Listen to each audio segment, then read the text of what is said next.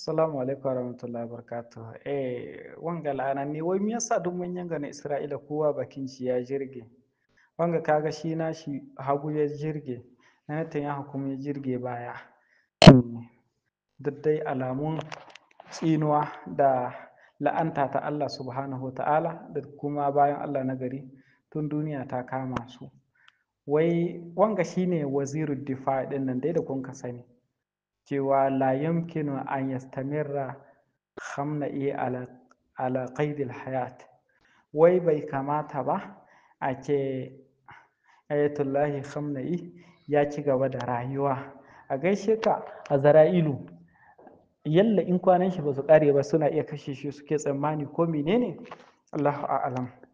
Irin dai magunguna na yahudanci da kuma sun rasa abin da za su yi, an matse musu gidan wuta.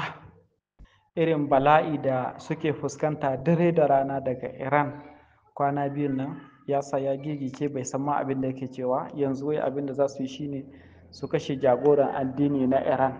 Wannan kuma ai kaman danne mabuddari kai ne, ba ta ƙare ba.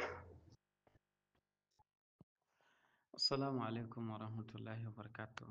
To yan uwa wanga dai kun san shi la'anannen gaban gafar. Shi na yake cewa lam namsa hali qana'atil jazira bi an tasbuta min Isra'ila wa hiya tashkal khataran ala amnina.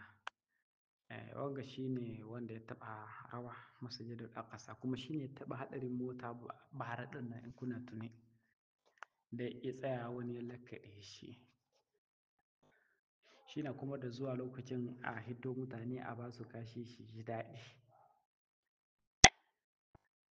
To shi yake cewa ba su yadda ba su lamunta Aljazeera ta shiga a haramtacciyar ƙasa ta Isra'ila saboda aikin Aljazeera shine ƙoƙari yadda za a yi amai da Isra'ila baya.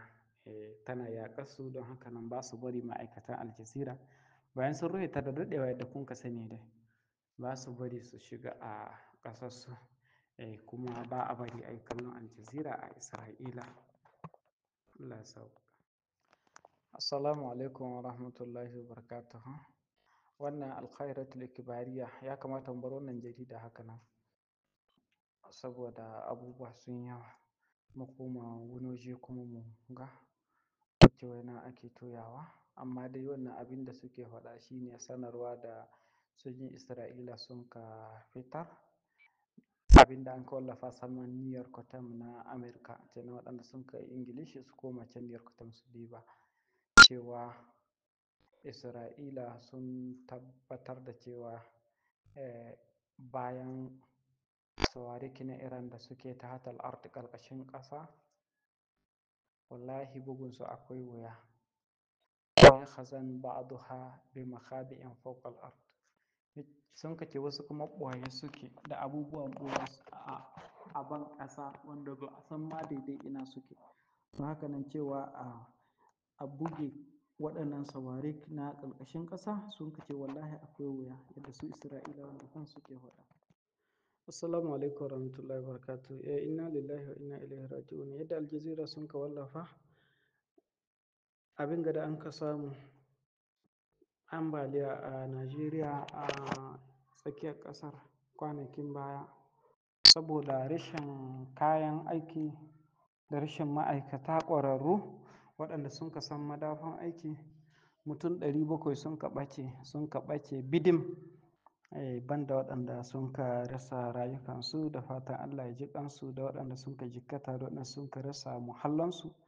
Mutum 700 yadda Aljazeera sun ka wallafa, mutum ɗai ɗan adam 700 ruwa sun tafi da su sun ɓace ba batu ba labari, ba a ma same su balle a ce an musu wata jana'iza ta ban girma irin yadda shari'ar musulunci ya tsara da abin da yake kama da wannan. To Allah dai ya karɓi shahadarsu, Allah kuma ya kiyaye gaba, Allah ya kare mu baki ɗaya da kariyarsa. Assalamu alaikum wa rahmatullahi wa barakatuh. Jeshul ihtilali su suke cewa na amalu ala ikhrajil aliqina min tahtil anqad. sojojin Isra'ila sun kace suna nan suna aiki tuƙuru, suna aiki don ceto ko in ce don ɗaɗɗako mutane waɗanda suke ƙalƙashin ɓaraguzai saboda hare-haren Iran. Akwai Yahudawa suna nan gidaje sun danne su yadda Al-Qahiratul Ikbariya sun ka wallafa. Mutane suna nan ƙalƙashin ɓaraguzai waɗanda an hallakar da su. Don haka nan kaga jaza'u mujiru ummu amir kenan. Abinda suke ma 'yan uwa a Gaza su ma yanzu gashi ta komo gare su. Lalle gaskiyar magana abinda yake faruwa Isra'ila jiya zuwa yau yana faranta ran musulmi saboda Isra'ila kasawarsu tana nan tana ƙara fitowa ne a fili yadda yanzu su da kansu suke fitar da sanarwa cewa an yi kaza an yi kaza, kuma mun san abubuwa da suke ɓoyewa ya lunka waɗanda suke faɗi fiye da misali.